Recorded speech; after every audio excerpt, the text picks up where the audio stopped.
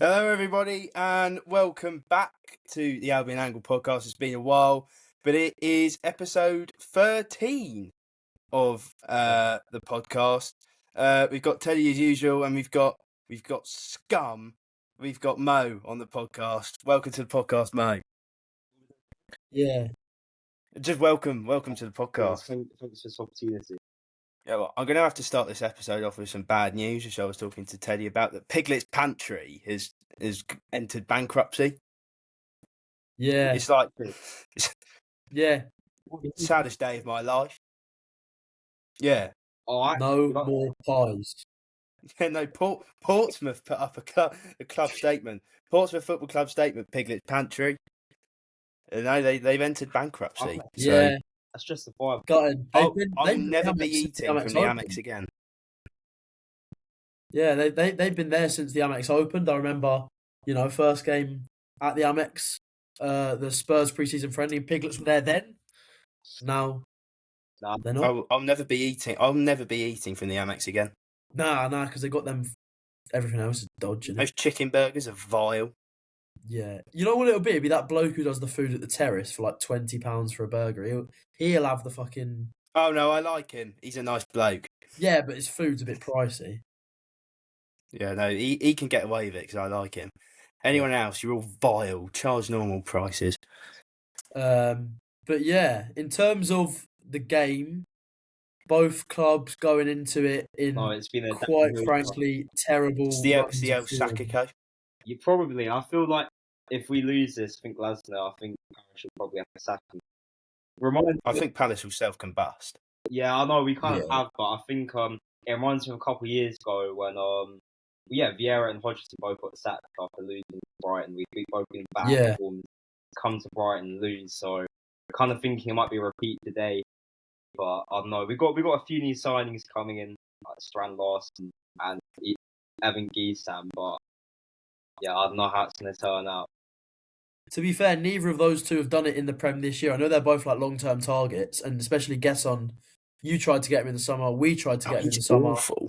Yeah, he goes to Villa and has absolutely stunk the gaff up. So he's just so bad. He's a Dougie Freeman pick, so I don't know. I feel like he might actually be quite good, but we've only got him for a loan with a option to buy at the end of the season, so it's not too bad. I suppose we do need the depth. I'm just thinking my main worry about Strand Larsen, the fact that £48 million in him. I mean, he has, every other season he usually does do pretty good, but it's just like I don't think we should spend £48 million on a. £48 million for what's it? 4 goals in all competitions. 3 of those are in the Carabao Cup. Only one Premier League goal a year. But what I don't. Yeah, 3 of them were against Shrewsbury, weren't they? He scored a hat trick. Yeah. Oh, he scored a hat trick against Shrewsbury in the FA Carabao Cup as well. What I don't get, Everton. I don't get why we're switching from our sort of transfer, getting like young players from the Championship, League On.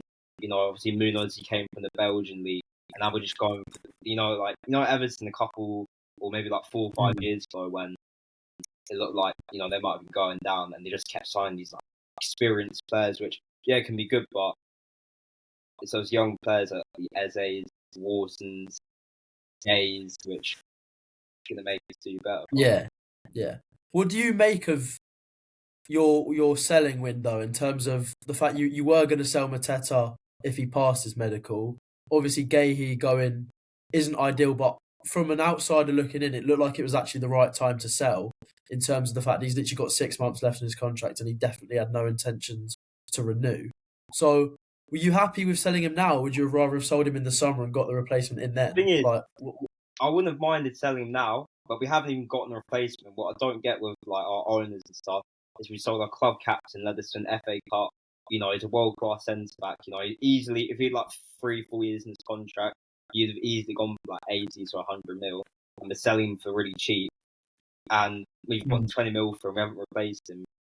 And also, we have Conference League, which I know we've been a bit very poor in it so far, but I still think it's probably our best ever chance of winning a trophy. So I think that's going to kind of hinder us in Conference League.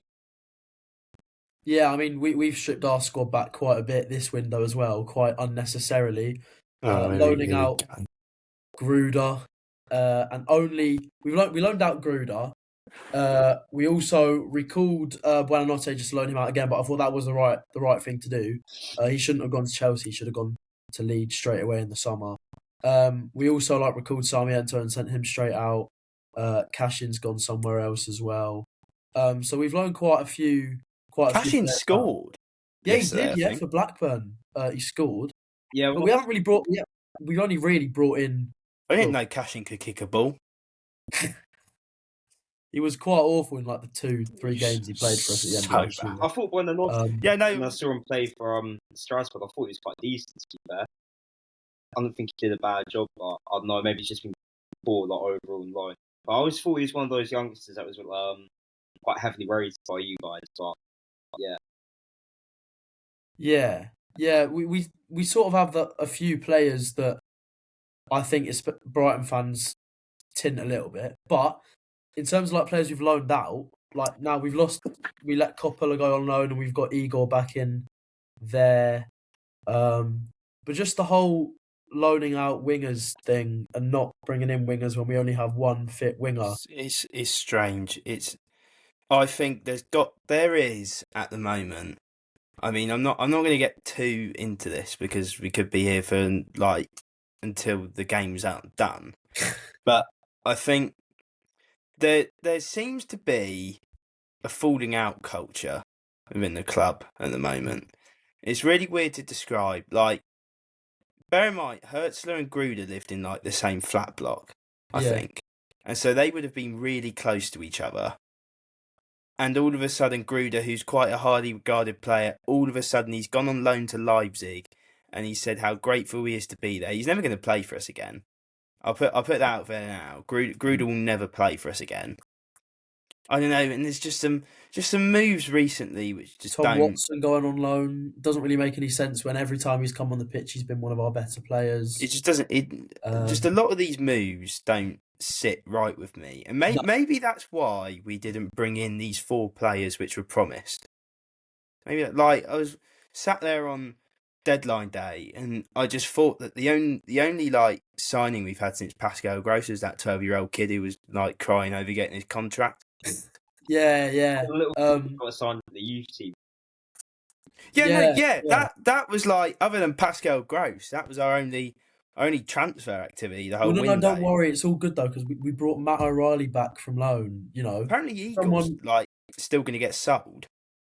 Yeah, because apparently Brazil is still in their their window's still open until like next week.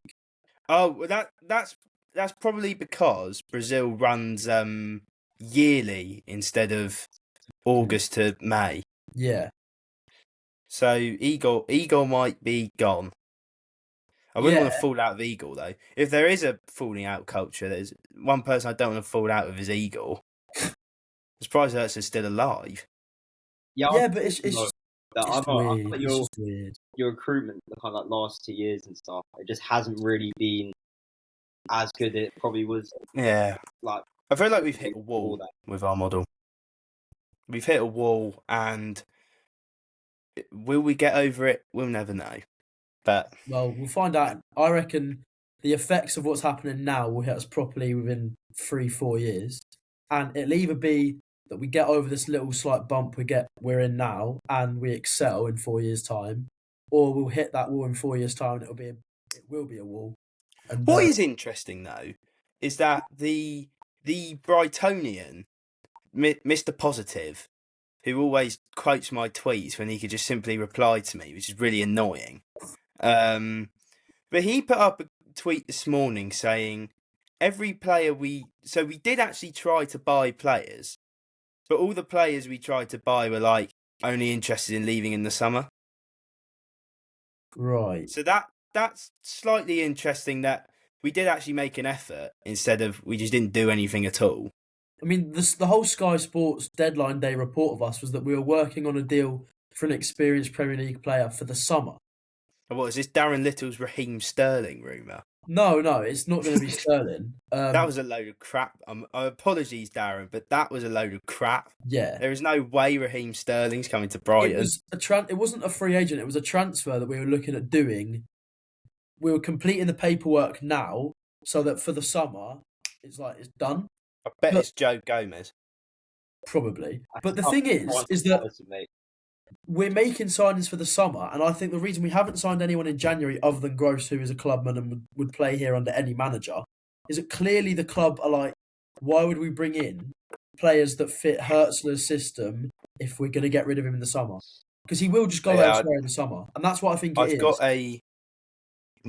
my conspiracy about Fabian Hertzler is that he's going to go to Spurs. Yeah, I think that Tottenham, bear in mind, Tottenham don't learn their lesson, and so they will just continue to appoint like these promising managers from smaller clubs. I was speaking to a Tottenham fan the other day, and he said that they've got the players which Hertzler can play his St. Pauli tactics with, which don't work with us, but maybe with the players Tottenham have, they can do it. So I think in the summer, Hertzler's going to go to Spurs, and I wonder who would go to Crystal Palace actually, because obviously Glasner's not going to be there Probably anymore. Rory Hodgson return for the third time now, but Well, I better not be that Beraldes bloke. yeah, the guy from Getafe. But I feel like we're going back to what we were before Vieira, where we just get like ultra defense managers like Pulis, Allardyce, those lot, and just try living like an absolute string budget. And I don't think I don't know, it doesn't seem like our owners really want to invest that much. So I think we're just trying to look for like a kind of like a better version of Yeah, no, what happened to that interview which Steve Parish did? He said, by now Crystal Palace should be winning the Premier League, according to Steve Parish. Yeah, he's always had like higher ambitions than what he actually like. He's a strange man. Steve Parish is a strange man. And it's like this new main stand, yeah? I remember I was in year 6 when this got put out. Oh my god, this main stand's brilliant. On YouTube, our new main stand. Yeah, it's going to be up for I think they said it was the 21-22 season. So what? About 5 years ago. They put up something about 3 weeks ago going, we've bought 6 houses so we can start making progress on it. Wasn't it the Sainsbury's car park that stopped it getting built in the first place? Like it was like 4 parking spots or something. It was like 2 years ago. Parish said that, we're just about to complete the purchase of those 6 houses. I think we've already agreed for the Sainsbury's, but it's just taken way too long. It's like Everton have built an entire stadium in that time. I mean, I know Liverpool were building at the time, but they built 2 new stands, like the away stand and the new main. Yeah, and the main stand, yeah. New stand looks awfully familiar to the West Stand, actually. Taking notes out of Bloom's book. Yeah, I know. It's probably like similar concept though, but just like have it free tier, middle tier for like corporate and hospitality. But yeah. But it's all really like a bit unfortunate timing for both clubs. This game actually, it couldn't come actually at a worse time for either of us really. In terms of we won once in 11, you're on a poor run. All the noise about the January transfer window, all the negative noise about both managers and both clubs' recruitment policies and everything like that. And 4 days after all that shuts up, and we have to play each other. So, in my opinion, it will be either one of the best or worst games of football I've watched in my life. It'll either be so good because it's just out of nowhere, or it'll be just awful. Yeah, I can see it either being like a 4-3 or like a 3-3, or it just being like you remember like 2021, where we beat you with Benteke last minute. Just it being like the 2 shots. We had 21 shots and you had 2, and you scored in the 91st. Just two touches in the box. Yeah, just like a really like scrappy game, and then like a team gets it late on through like some deflection, and then wait, I have to go put my laptop in charge. But then just like a deflection, someone hits it in, and then they win the game. But I'm not looking forward to it because it's kind of it feels like the culmination of the last kind of couple months of form for both our teams, to be honest. Yeah. Anyone's safe better be 1-0. Because that's. I think it's going to be 1-0. Well, I'm going to say. Yeah, no. Well, see, this is because both teams are pretty bad at the moment, right? But then everyone goes back to this old, like, form goes out the window when you play your rivals. And so if we're following that basis, considering that we've been pretty crap, it should actually be quite a good game of football. Yeah. If we're going by that. And it can be a good game. I mean, I remember when we played in November, some people were saying this is the best ever quality Brighton versus Crystal Palace has ever been. Oh, it's hard. Yeah, and it was 0-0. In terms of where both the clubs are, because I was thinking about it, most time we've played, like, across history, it's probably been, like, the Championship and stuff. And obviously, you know, you came 8th last year. You know, we won the FA Cup and the Community Shield. So I think for that quality of teams, it probably, like, definitely is the best. Yeah, no, like the one in November, people were like, this is the best Brighton and Crystal Palace have been in years. And now it's only 3 months ago. And now it's like, this is bang, form. It's gone back, this is bang average. I know, it's even like December after the Fulham game where we beat them 2-0. We were literally 4th in league. And I'm pretty sure if you count, obviously, because 5th is like a Champions League spot now, like 9 out of 10. You know, we're like 4 points clear of Champions League spots. And obviously, I think a large part of it does have to do with congestion, just because we really have a really thin squad. And we've had to play, I think that like December to January, we played about 9 games in 27 days, which, you know. Yeah, well, there was that when you had to play Coops, Leeds, and Arsenal in the space of 4 games in 8 days, wasn't it? Yeah, it was like Coops on the Thursday, Leeds on the Saturday, and I think Arsenal the Tuesday or something, like just something. Yeah, and then you had the Boxing Day games. Well, no Boxing Day games this year, but the game on the 27th. Yeah. But I think the fixture congestion thing is obviously a really fair argument, and we had the same thing when we were in Europe in our year. We were absolutely flying, and then we just hit a wall again, as every team does eventually at some point. And I think both clubs, especially both of us, really, neither of us actually really recruited well enough in our summer before we got to Europe. Like, both clubs are sat there going, our squads are really thin. We haven't got the options on the bench. All the players on the bench aren't the ones the manager wants to use, all that stuff. So I think both clubs' recruitment policies failed us, like, in that year, in terms of that. But I think this year it genuinely is just going to go down. I know it's such a niche saying, like, it's such a just everyone says it, but it's going to go down to who wants it more, really. And I don't think anyone's going to want it more than the other one, so I'm just going to go 1-1, personally. But... Yeah, I don't know.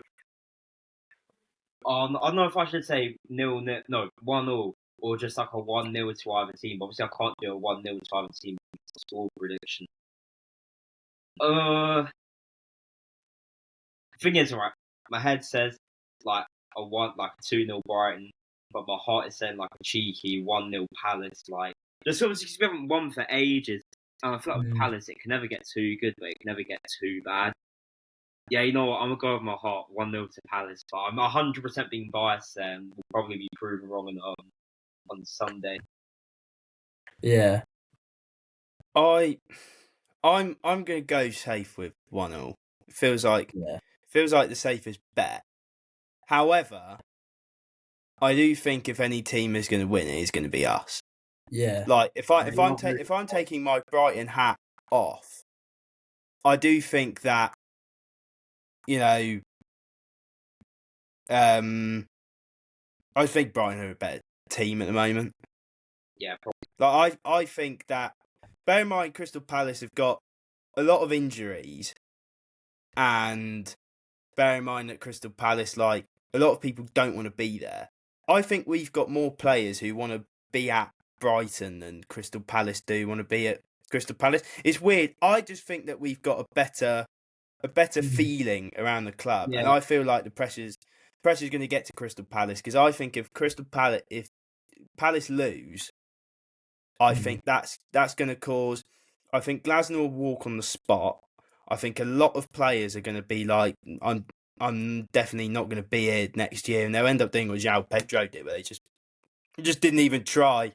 So I think in terms of the whole manager thing, I think Gary could get nasty if we lose and everyone has a go at Hertzler. But Crystal Palace ultimately have more of the overriding pressure. So I'm going to go over 1-1, or if any team is to win, I think it is going to be us. Yeah. But could the fact that Palace have more at stake in terms of managerial and player potential exits, could that be a little incentive for them to, I don't know, do No, not really, because they've had that for like the last month. Do you not think though? All right. Gladstone Hurster though. We've beaten you twice, drawn once, and I think Hursley's quite an attacking manager, isn't he? You know what? I don't even know what he is. Yeah, well, also going back to the fact that you've won 2 in a row and then it became a draw, we've got progressively better, while you kind of got good and then you've become like not bad, but like not great. We seem to be getting better when we play you. It's weird because like that 0-0 game we should have won. Yeah. I And think that's that pretty was even, where yeah. that was where Palace started to decline a bit. I don't know. I don't really think there is a favourite for this Well, game. I don't know. No. We've got Saar Munoz there back. Saar's back from AFCON, and then Munoz, who I think we've missed heavily because we've had to play either Klein, who's about 36 years old, and his legs are. He's a very Munoz is the only Crystal Palace player I'd take at Brighton. You wouldn't take Mateta like when he's like fully No. fit on form. No, Really? I'd rather that guy. Rather that guy Welbeck? Welbs. Yeah. Yeah. Really? Mm. I think Yeah. Right now, yeah. When Welbeck can't do it anymore, then Bring back Neil Maupay. Oh. He scored a really you good seen his goal the other haircut day, now? apparently. He looks like a different he's got person. like a mullet. I cannot believe that Neil Maupay's got a hair transplant. That is not naturally grown. It's like you're 29 that is years so. old. His hair is like looks like it's done by AI. Yeah, it's like you're 29 years old and you're French. French people don't bald that quickly. Nah, No. I think he's from the Med Hey. though, and obviously I'm from the Med, so yeah, I need to I'll probably have to get that. Need to get over the turkey. What was that? Need to get over the turkey. Actually, when we played, this is a random segue. When we played Burnley at home, we were on a train with a load of Galatasaray fans, and they said that they would fund people to have their hair transplant, and then they all said that we could, if we got in touch with them, they'd get us tickets to Man City Galatasaray. It ended up that none of us could go, but that Galatasaray end looked mental. Wait, why was he giving out free hair transplants? I must have. Yeah, I wouldn't trust the free hair transplants. No. You can end up like gangrene just coming out your head and stuff like on the flight back. Yes. One thing we do need to speak about, Archie, obviously, is the fact that Hertzler again has spoken about James Milner and the Oh appearance. my God! Do not record. know. I refuse to speak about that man. They're begging to What appearances. What I'm going to say is that no, I don't think that they are doing it to. I don't think they're purposely bringing him on to break the appearance record. Although, is that the easiest reason to give? Yes. Is that the reason why I'm saying that? Like, yes, it's the easiest reason to think that James Milner is just coming on all the time. But really, it's because of tactical reasons. I think he's kind of hinting it's tactical reasons. If it is tactical reasons, then that's the worst tactic in football history, just hands down. Yeah.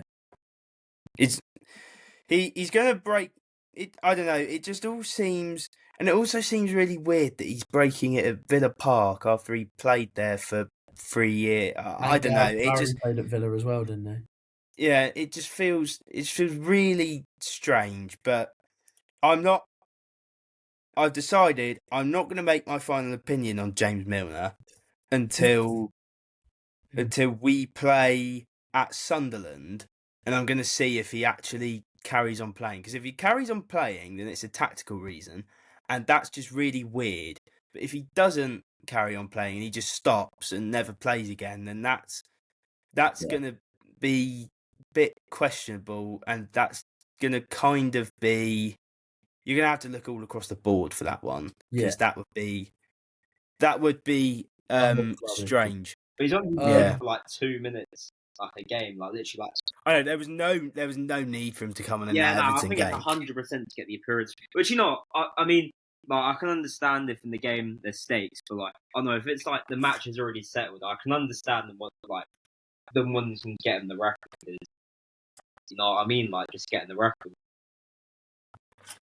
But to be fair, in a game like that Everton one, it added 30 seconds on to added time, and in that 30 seconds they Yeah, scored. Vito. So, Well, no, yeah, I keep on getting people replying to me going, "Well, the goal would have just happened 30 seconds earlier," and I was like, "Well, 30 Really? seconds earlier there was a stoppage in play, which allowed the substitution to happen. But if there's that stoppage in play 30 seconds earlier, the game's done. It's just weird. Yeah. This is completely off topic, but I have got a question for Mo, Uh-oh. which is, so I keep on seeing a load of Crystal Palace fans who all sit there and they go, "We don't care about Brighton anymore. We're just going to focus on hating Millwall." Do you think that? Or do you just dislike Brighton? Alright, the thing is, you kind of got a generation gap, yeah? So I'd say, obviously the rivalry started, the mid-70s, yeah? We have Yeah. a lot of, like, Palace fans like my dad, yeah, the older ones, who, like, yeah, they hate Brighton, like, oh, they'll get really excited when, like, we beat you, whatever. But, like, they don't really care, like, they rather hate Millwall. But then, obviously, like, the more, like, younger fans, like, maybe, like, 45 and below, obviously they focus more on Brighton, but yeah, that's really it. Yeah. And obviously, because like Yeah. I live in Brighton and stuff, but obviously, you know, a lot of Palace fans they'll go like to work, like Millwall fans go to school and stuff. So that one's a bit more of a personal one for them rather than Yeah. Palace Brighton. And obviously, you do get South London guys who come down for a night out here, but 90% of Palace and Brighton fans aren't really gonna know like another Palace and Brighton fan, really. Yeah, yeah. I mean, to be fair, it's like similar. We have that sort of generational gap with us as well, in terms of that sort of age. Yeah, with People in their 55, Yeah. 50s, 60s, they all hate Pompey, and they. When we were in the same league as you and Pompey in the Championship in 2011-12, a lot of those people said then that they hated Pompey more than they hated you. Someone messaged me earlier saying, weird. Someone messaged me earlier saying they hate Chelsea more than Crystal Palace, and it's like, no, you don't. That's a load of crap. That's like obviously they hated Forest more than Brighton or something like that. Yeah. I know that's no, you don't believe that. The logic I don't get is why aren't we? Obviously, we always have a joke like, "Oh, who are Charlton?" Like, why aren't we actually rivals with Charlton? Like, like in terms of history, like club side, they are probably equal, and they're most local. And it's like obviously Millwall, they're kind of occupied with like West Ham. I think Charlton are just too likeable. What was that? Yeah, I like Charlton. Charlton are just too much of a likeable team to dislike. My mum's head back in the day. Oh, right. Well, yeah. No, yeah, not like out of her directly her head, but in the Arthur Waite stand, you got like the little like metal things going across.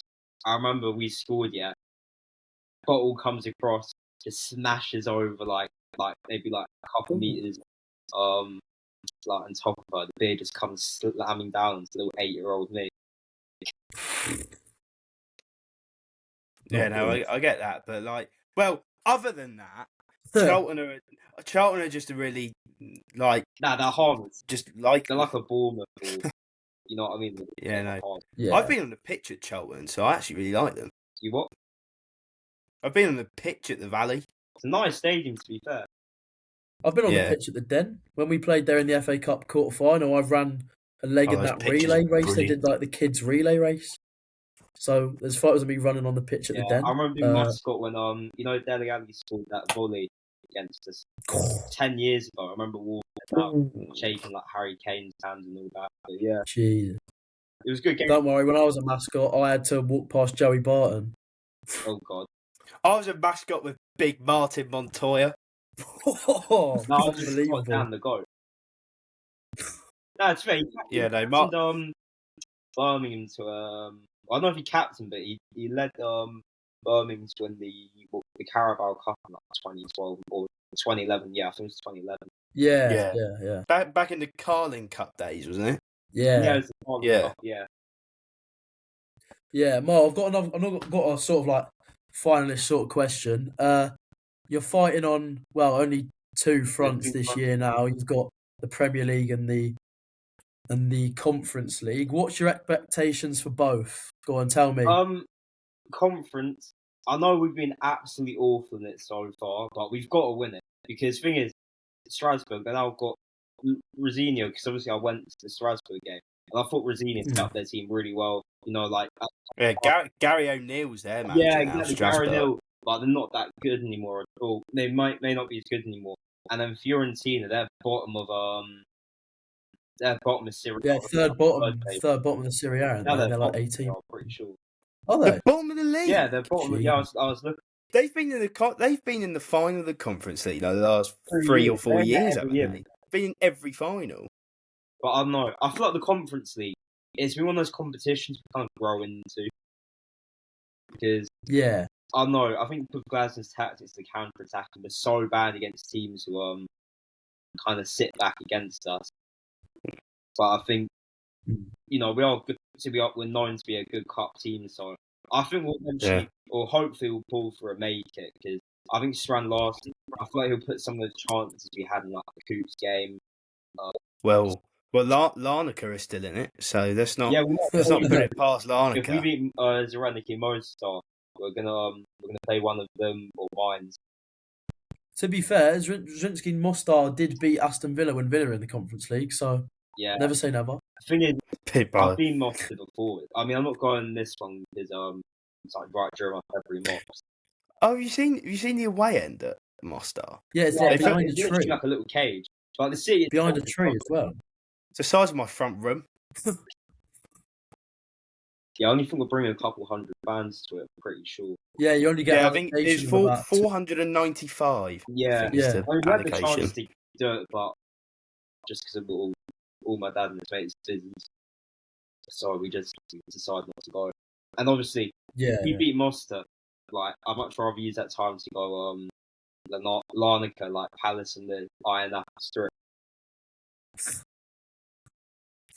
Archie, we're obviously fighting on two fronts as well. We're fighting on a relegation and Europe front. Yeah, that's our front. Oh, and the FA Cup as well. What's your expectations for both? Do you see us getting past Liverpool on Valentine's Day? You know what? I think it depends on Sunday. Yeah. I think that if we lose, it will have a massive knock-on effect. But if we win, it will have a positive knock-on effect. I can see if we do win on Sunday, I can see us going on that run we did last year through February. If we win on Sunday, we'll draw at Villa Park and win at Anfield. But if we lose, we'll lose those 3 games. Yeah. Sunday is the key teller. Yeah, I think so. You got a sort of expected league position, expected FA Cup position, provided. I think in the league we're going to come 10th. Yeah. And I think that if we could beat Liverpool, bear in mind we've already beat Man United. I'm not going to say that we're gonna go and win it, but I think we can at least get to Wembley if we can beat those 2 away. Yeah. So, I just think it all depends on Sunday. I think it does also ride on Sunday. I think even if we draw Sunday, I can see us getting a positive result at Anfield. I'm not really sure about. Depends what the draw is, though. If it's like Everton, then that's not going to be good. Yeah. But if it's like when we drew 0-0 in November, then yeah. If it's like any of the 1-0s we've had really before with Palace, where they score early and we score late, but we play well, then you sort of take one of those. Yeah, I just want to experience some football limbs. I know. Which count. That Welbeck goal should not have been disallowed, but those limbs now don't count. Yeah. Yeah, so... Yeah, I I think personally it'll think this year we'll depends on finish. Sunday. I reckon we'll finish 14th this year. What was Yeah, I'm gonna go with 10th. I think We'll be there are a lot. close. I reckon we'll finish something. It'll be something ridiculous. Like we'll finish 14th, but we'll be like 5 points off Europe. I think that's how tight it's going to be this year. I reckon that's how. Because I think Palace. I feel like we'll end up finishing 12th again. I reckon we'll. No, I I reckon think- we'll be like. I think we 13th, are going 14th. to. I think no matter where we come, I think we will be above Crystal Palace because I think we are more likely to turn our form around than they are. Yeah. So I think no matter what happens, so you know what? Even if we come 19th, Crystal Palace will be 20th. It's now mathematically. Here you go. This is a random fact. It's now mathematically impossible for Wolves to win the league. I saw that before I came on. So I put a grand on that. well, both of us are still in the title race. Maybe this is a title decider. Well, whoever wins Okay. the game will go on to win the league and just like win every game until the end of the season. And Whoever wins Yeah. it will win the championship next season when we both go down. Nah. But I think we'll finish 14th, 13th, but be like really close to Europe, and then FA Cup. If we get past Liverpool, I reckon we'll get to Wembley, and it just depends on what happens in the Yeah. semi-final. But I reckon if we get past Liverpool, we'll get to Wembley. We lose to Macclesfield in the final. oh no, Macclesfield. Imagine they actually do go on and win the FA Cup. I wouldn't even feel that bad then. But the thing is, because I think they'll You know go far. I wouldn't- I think they'll I get wouldn't past put it- Brentford. Yeah. I think they'll beat Brentford, and I think they could beat like. They just got to be drawn at home because Premier League teams can't play on these artificial pitches. No. well, no, but they Like Spurs really struggled against Tamworth. and Marine as Yeah. well. Yeah. Oh, I'm going to Marine. I really. That's my What, next. on the That's my Liverpool- on the next day of ground tip. Liverpool? I'm going to Marine versus Leamington before the Liverpool game. I thought you were going Tranmere Crawley. Yeah, but then no one was going, so Is Jack going to Marine? I believe so. I believe he is. Well, me and Jack ticked off Tranmere in October. That's probably why he's not going again. You know, when's my next 92 ticket is currently Sunderland, unless My I next go. 92 is I'm Sunderland. debating about going to Leighton Orient versus Plymouth. My next 92 would be Sunderland, and that'll be my last Premier League ground that I need to go to as well, because I did the Hill Dick at the start of the season. Hill Dick, that was so the depressing, Hilly. the game we had there, Mm. Palace. The thing is, I Hey, Jack Grealish scored in the last minute, didn't he? it was. Did he really Right. score it, or did he know anything about it? No, I just remember because I'd come back from Luton. We were playing at Dynamo Kiev at like 12 a.m. I had to wake up at I had like 4 hours sleep, absolutely shattered for the Hill Dick or for the Everton game. Just go up there. I remember I think that's the real start of our season going downhill because like the first 45. It's when you lost. It's when you lost the unbeaten run, wasn't it? Yeah. It was because we've been unbeaten for like 6 months, and before we lost to United at home, we were unbeaten at home for something ridiculous like 8 months. Like I hadn't seen us lose Mm. before that since like I think February or something. Yeah, something like that. Mm. Yeah, it was that. Oh no, that was. I was about to say it was a Chelsea game where they played "Don't Worry About a Thing," but that was like after they played years after ago, we yeah. beat you 4-1. Yeah. Yeah. Yeah, I think that's that was the Rory season when he was about 76. Mm. I could just see us getting him again. I know it probably won't happen, but it would be so Palace for us to just get him in again. Yeah. But anyways, thank you very much for your time, Mo. And thank you very Yeah, much as thank always, you. Archie. It's been very good speaking to you. I would say good luck for Sunday, but I don't I really was want going to to have say, any luck well, good luck at getting all, home so- safe and stuff and all that. Yeah. Like- Enjoy the day, just not the football, please. Yeah, Thank exactly. you. Have like a good day out and stuff. Yeah. Perfect. Well, we will probably do another episode after Crystal Palace. It's quite a busy run for us, really, because we've got Villa, Liverpool, and Brentford all away in the space of 10 days, which is really exciting. Apparently. Yeah.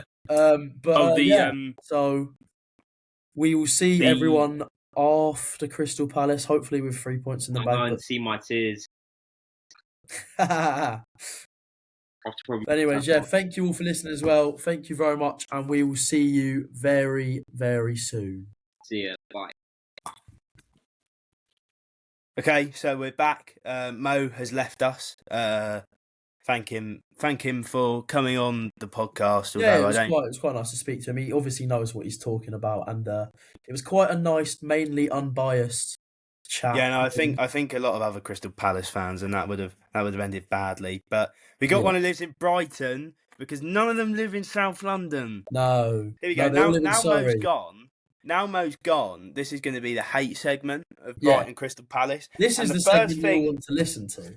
The first thing I'm going to say is that all these Crystal Palace fans, they all sit there and we go, "Oh, we're South London and proud," and it's like you all live in either Tunbridge Caterham, Wells in Kent, Caterham. live in Caterham. Surrey, or they move down here. Like none of them Yeah. live in South London because they all leave at the They're not first proud of it. opportunity. They're not proud of it. They're South London. They're just not really proud. You know, they aren't even South London as well. They're bloody Croydon. Yeah. Yeah. But obviously, what we want to do is sort of speak about the history of the rivalry because every single time we play Crystal Palace, it gets brought up again with they're not even rivals. They don't hate each other. It's not real." proper. It's not real. Well, actually, the first fact I've got out of the many facts which are about to come out, this is a very much extended Archie's Corner. Yeah. The first fact that's about to come out is that the East Anglian Derby has a longer distance by 1 mile. than Yeah. Brighton Crystal Palace. East Anglian Derby's 42 miles. Brighton Crystal Palace is 41 miles. Plymouth You get it, you- Exeter is 46 miles. And, Plymouth Exeter and Norwich Ipswich are both proper derbies, them. But Brighton Palace is not a rivalry, is it, apparently? But anyway. No, it is a rivalry. It Thank is you very a rivalry. much. But It's no, not but a other people derby. say it's not a rivalry. Yeah. But, You won't yeah. hold hands. But no, so there's obviously that element. The distance element's one of the things that people knock.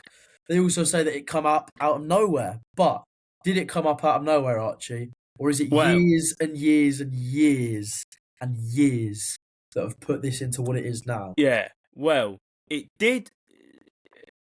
It did come out of non-football related things, Yeah. which eventually spilled onto football. So, I was listening to a podcast, and I can't remember what it's called, but also talking to like older mates from the football, and it started in the early 70s with the quadrophenia aspect, right? Because obviously Brighton's the home of culture. Brighton's the home of mod culture, like Quadrophenia Alley and all that. It's a good film, actually. You should watch Yeah, it. and the Jam and Madness, they both love Brighton a lot, and they're all mod culture. Yeah, and so Brighton, they all had like the scooter boys, and then all the ones from South London would used to come down and have massive fights on the beach, and so there was already that. And then when they realised that Brighton and Crystal Palace would play each other, they'd all Go to tune, that and game. and this was like in the uprisings of football hooliganism. Yeah. And so they'd all the guys from South London would adopt Crystal Palace. Obviously, the ones from Brighton would appoint Brighton. And I think the Goldstone ground in like the 70s, average crowds of like 15,000. All of a sudden, 26,000 people turned up to Brighton versus Crystal Palace. Yeah. Because it was mainly mods and rockers and like scooter boys who would all go to Brighton Crystal Palace games. Just for the punch. Yeah, and so that's the first element of the rivalry. The second element is the Battle of the Beaks. Now, so Crystal Palace, up until 1973, I think it was, wore claret and blue and were known as the Glaziers because there was actually a Crystal Palace in London. There still is a Crystal Palace. Well, yeah, they got the Crystal Palace Park. Yeah. And so they were known as that for the glass. Obviously, all the stuff which is on there. And it's on their badge as well, that little glass thing underneath the eagle. But anyway, Crystal Palace decided one day in 1973, literally, they thought they could be Barcelona. Mm. And so they changed to red and blue. And then they had a total rebrand and got Americanized and adopted the Eagles. Literally, that is the reason. They thought they were like Barcelona. Mm. I mean, they did like get claimed to be the team of the 80s, which then Brian Clough, I think it was Brian Clough, I learned this off this podcast as well, just kept on digging in it so much that Palace didn't want to be the team of the 80s. It was something like that. No, but they wanted to be like Barcelona, and they got Americanized, and so they adopted the Eagles, like a lot of like American football teams do. And then Brighton were known as the Dolphins, because apparently you used to be able to see dolphins from You still the can Sussex Beach. sometimes. My mum goes out for Yeah. walks in the morning. She sees seals and dolphins a lot of the time. So you can sometimes, but you can't see Yeah, they have dolphins that. as much as you can see seagulls. Or you can't see as much eagles in South London. Well, there's only one Anyway, eagle no. in South London. It's the one they paraded around the pitch.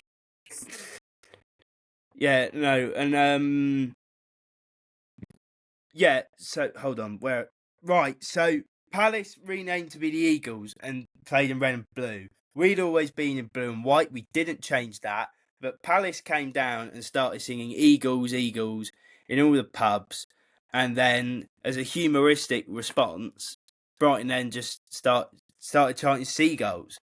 Yeah, To the point where that was adopted as the club's new nickname.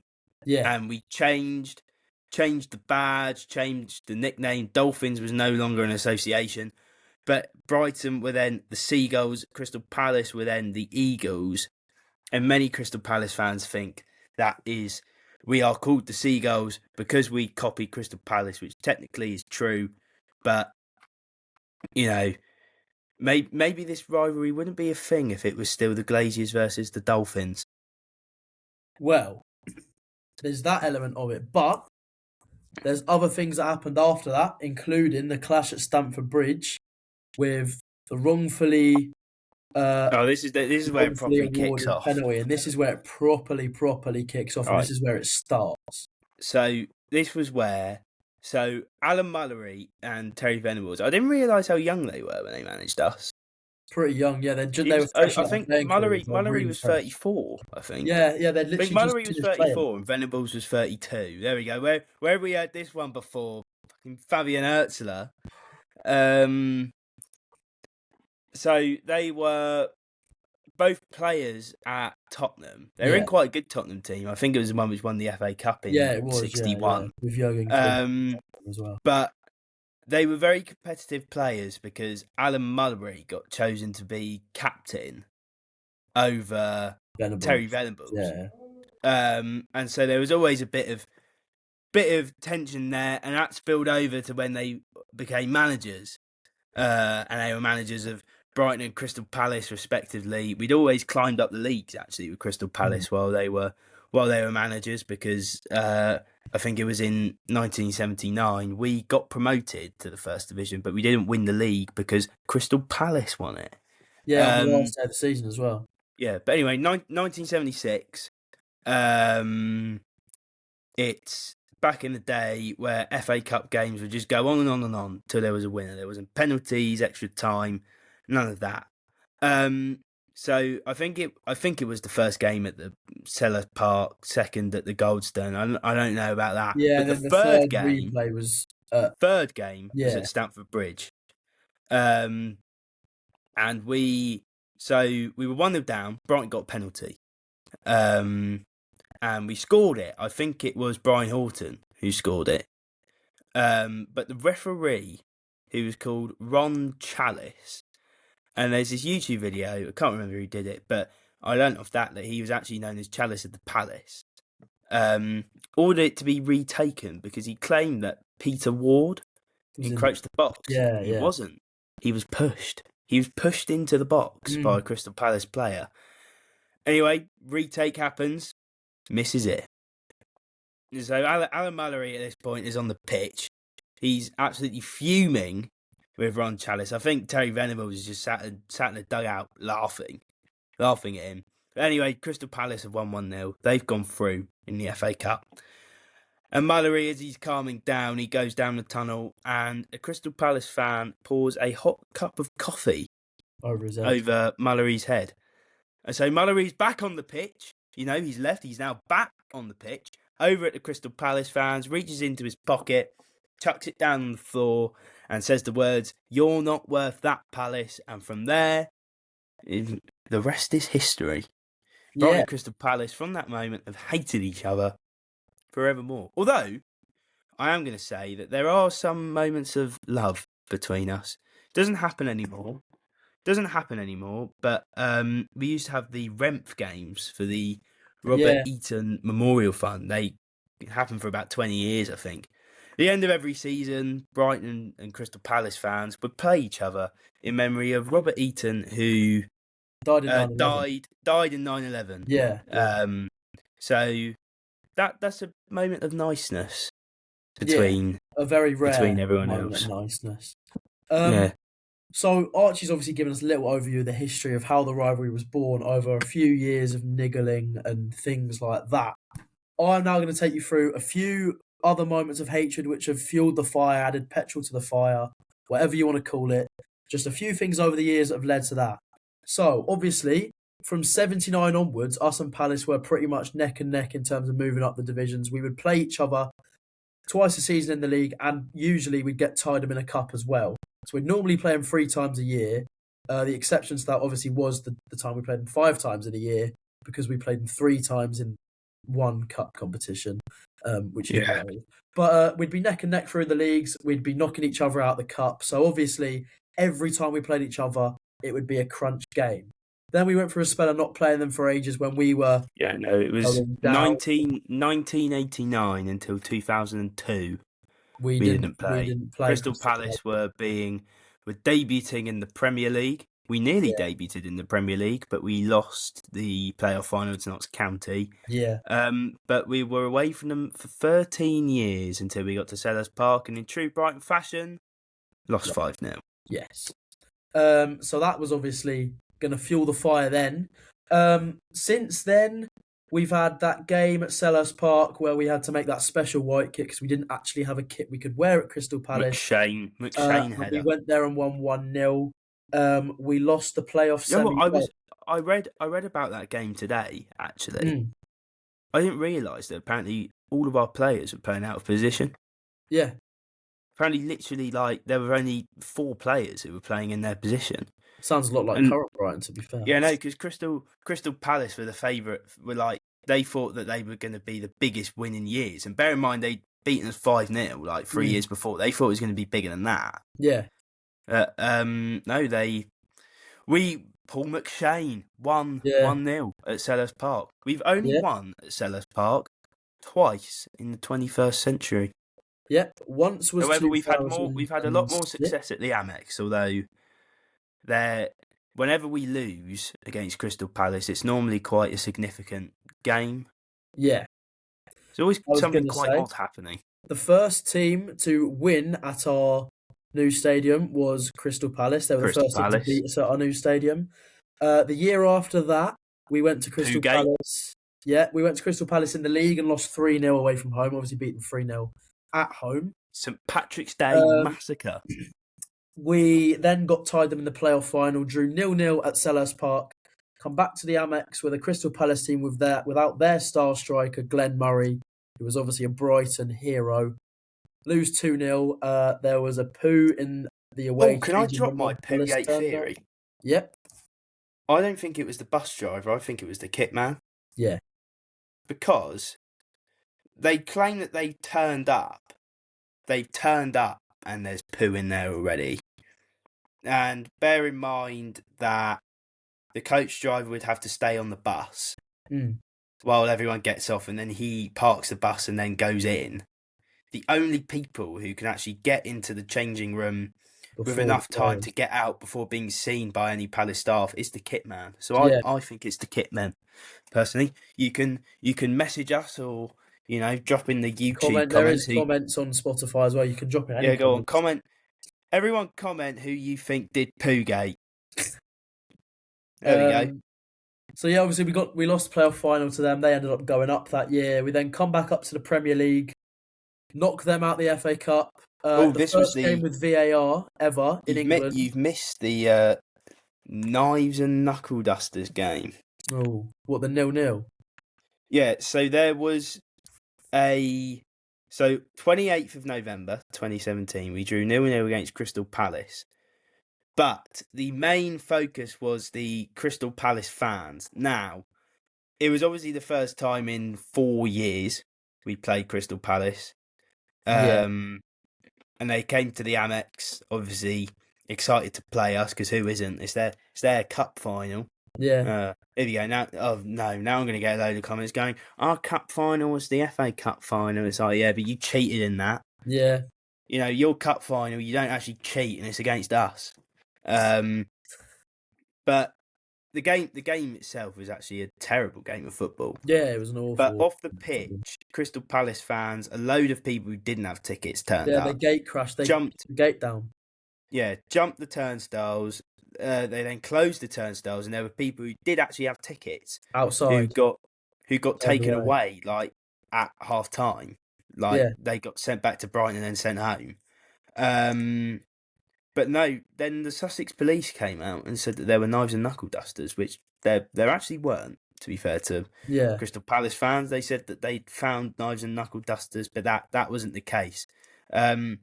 So that fueled the tension a bit, because then basically realised that Crystal Palace fans really don't like Sussex police. Yeah. And then, as you mentioned, obviously, first game 3 first months game later, with the first VAR. game with VAR, we win in the last minute. A goal that was actually awarded by VAR.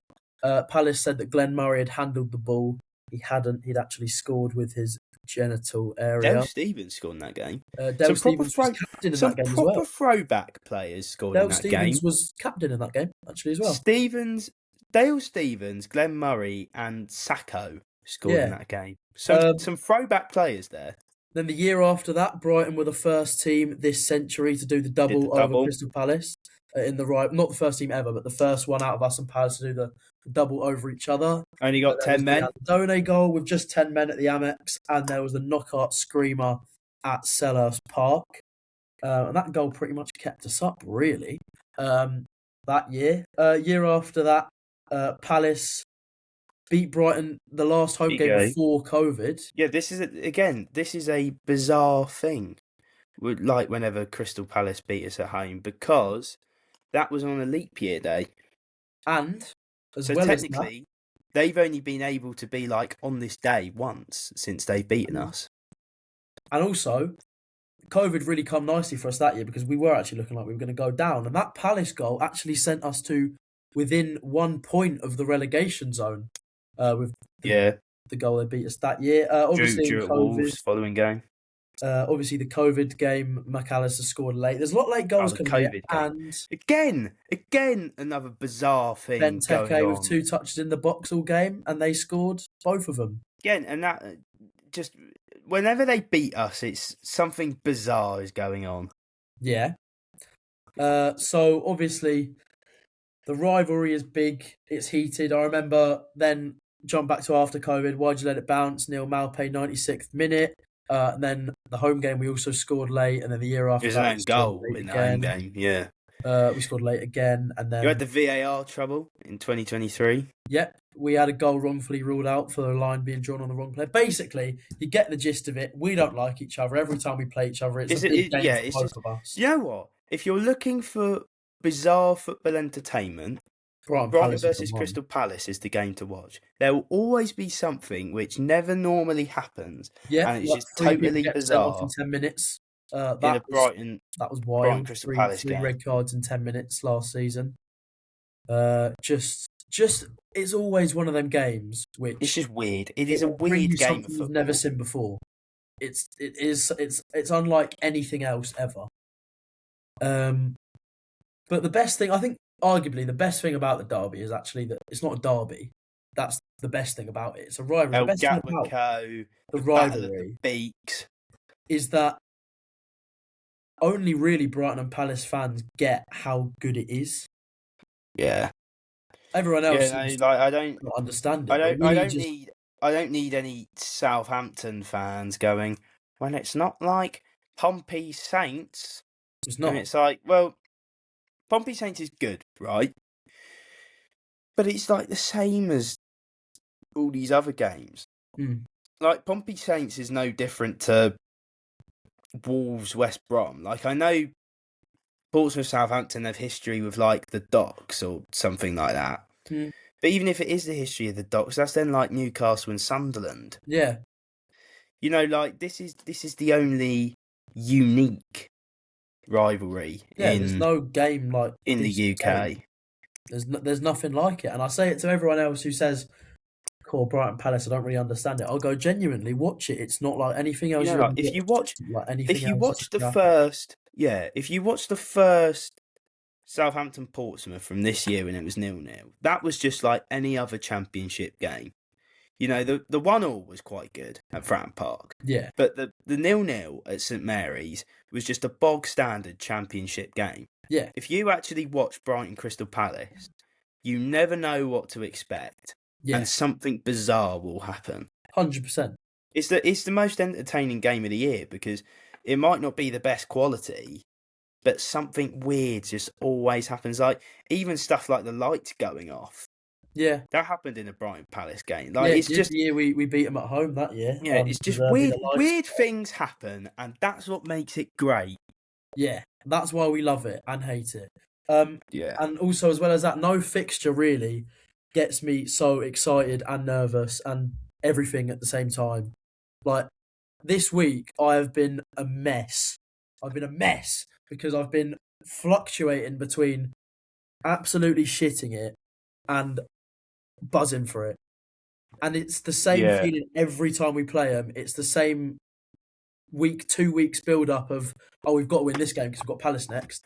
Or Yeah. we have to do well now because we've got Palace. And then after we do that game, it's, oh, we just lost. Now we've got to play Palace. Or we just won. We've got to play Palace. Like, I'm a mess, but I love being a mess, especially for this game. So that's my final thoughts on it. I don't know if you want to add anything to that, Archie, but yeah. No, not really. I wouldn't say that I'm a mess. I am. Just because I I just feel like like- this game means more than it has before, just in terms of league position. It's either going to kickstart or end someone's season. I just hope that not promoting any violence here before anyone goes, oh, you're a hooligan. But I look forward to the proceedings in town. Yeah. I very much hope that the police take the Crystal Palace fans past the Prince Albert so we get I locked want them to in. take them past the tunnel. I want them to take them through the tunnel. You know, if it's anything like when we beat them 4-1 and that day in town, it's going to be a good day. Yeah. So yeah. Anyway, bring on Sunday. Hooray. Hooray. But anyway, so thank you very much for everyone for getting this far. Obviously, we did sort of close off when Mo was on here, but we just thought we'd add in a little bit extra now. Yeah, no, I wanted to talk about Crystal Palace without an enemy. Yeah, it's always nice to, talk. And Crystal Palace, actually, they are the only club which I actively dislike. Yeah. Like they are the only club where I don't think that it's very rare, and it would have to be something really good for me to sit there going, actually, do you know what? Fair play to Crystal Palace. I never do that. No, I think I've only done it twice in my life. I've never done it to Palace. I've done it about Daniel Munoz because I think he's a really good player. Yeah. And there was one thing which they did which was quite good. I think Was it the tifo at Wembley about the blokes who's lost their dad and then they appeared. Oh yeah, the tifo. Actually, no, it's 3 things because actually Palace did quite nice things for disabled people. You know, that's always nice to see. But other than those 3 things, I haven't got a good word to say about them. No, neither. Yeah, That's why we love it so much. We're with us and Palace, right? It's a weird thing where we absolutely hate each other, but we really need each other. And as much as Palace fans will try and say they don't need us, as much as Brighton fans will try and say we don't need them, we do need them. We need each other. do. We are It's not- reliant and dependent on each other. you know, we're starting to get fans saying that Chelsea are bigger rivals. Like they're not, and it's like the same with Palace and Millwall. It's like Millwall don't care. Like I'm just going to be honest, Millwall don't care about you. They only care about the Millwall, player. Other than that, they don't care. but not even that. Just Millwall act like that wherever they go. Yeah, Millwall act like that at Preston away on a Tuesday. yeah, It's not especially for you. You just go massively overboard. Yeah. Like this is the derby which people care about, and not, you know, Millwall, Palace, or Chelsea, Brighton. They're not like, Yeah. no, just no. No, exactly that. So thank you very much, everyone who's got this far. We'll probably see you before Villa. If not, it'll be Palace and Villa in one. But depending on this result, we might need to just do an hour ranting about it. But yeah, we'll hopefully see you before Villa. You're not at Villa, Archie, but you are at Liverpool. And No, I was debating doing it during the week, but it's too costly now. So yeah, it's expensive. It's a Wednesday yeah. night, and we're gonna lose. But anyway, So I've put all my money in the Liverpool basket. yeah, because you're doing 2 games in one day. It's very Yeah, only a understandable. fiver for the Liverpool ticket. Yeah, Quite good. yeah. It was only £7 for me, I think. Yeah. So that is how you price an FA Cup game. But we'll talk more about that in the Liverpool build-up. But that is exactly how you price an FA Cup game. Not what the team down the road from me have done, Manchester United. But anyway, right. Thank you very much, everyone, for getting this far. We will see you in the week, hopefully with 3 more points on the board, but probably not. Yeah. Yeah. Thank you very much. Goodbye.